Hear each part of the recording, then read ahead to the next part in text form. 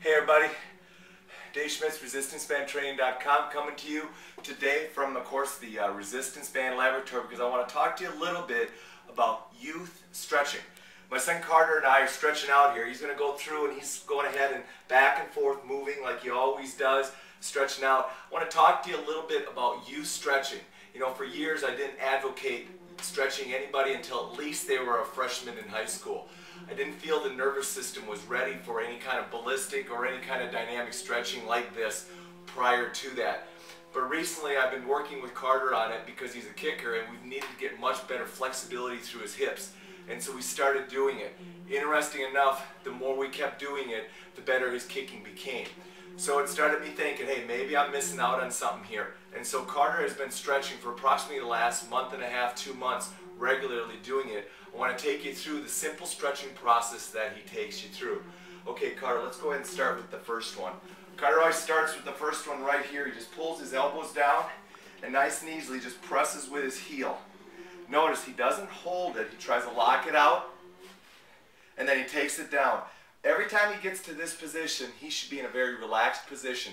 No big difficulty there. Then he goes ahead and pushes on up and brings it back down.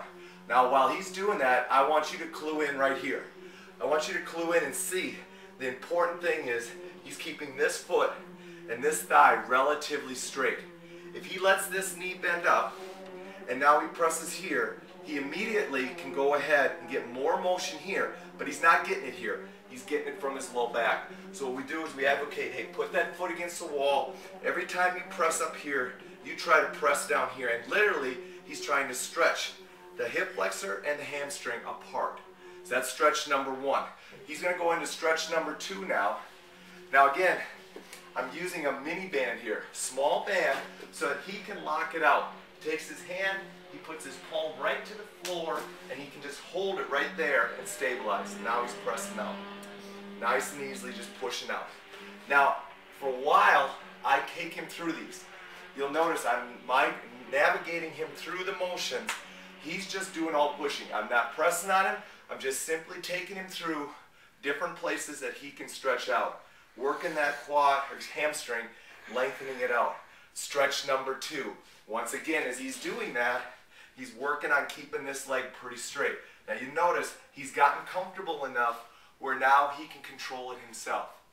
The other thing you'll notice is I have him looping it around his foot and not going ahead and wrapping it. He can wrap it if he wants to, if he needs more tension on the band. But if not, just let him loop it there. But please, it needs to be on the arch of the foot. Stretch number three. He's going to rotate his hands. Notice he puts his thumb underneath the band.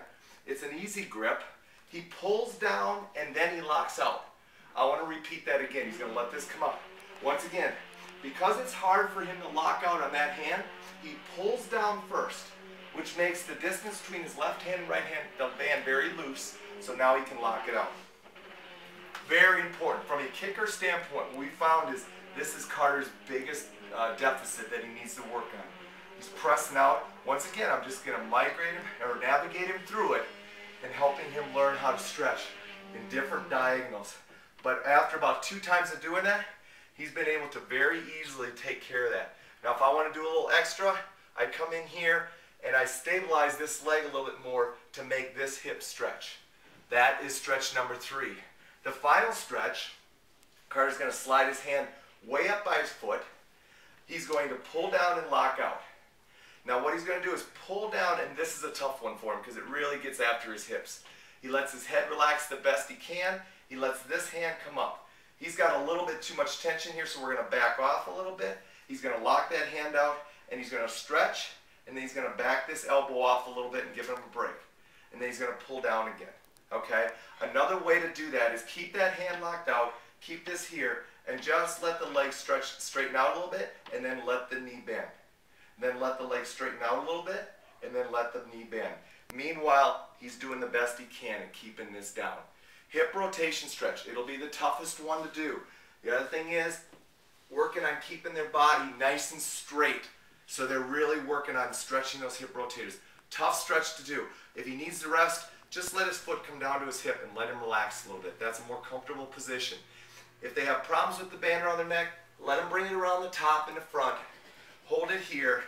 And then what they're going to have to do is slide up their hand a little bit more, and you're going to have to migrate it, and he's just going to pull down, and we're going to stretch that way. Preferably though, if he can go behind the head, let his head relax down onto the floor, and stretch that way, it would be better to do. Nice job, Carter. Little youth stretching program. Key thing is, use a mini band, use a micro band, let them get used to it, take them through the motions, give them a chance to learn it, and I think you'll find it to be pretty successful. What age group do I start? Right now I'm thinking 8th grade is the earliest you want to go, but I think if you do it slowly and you take your time with it, it would work out great for anybody from 7th grade on up. Thanks for listening. I hope this has helped you with a little bit of youth training, especially with all those youth football players starting out. Might be something you want to incorporate.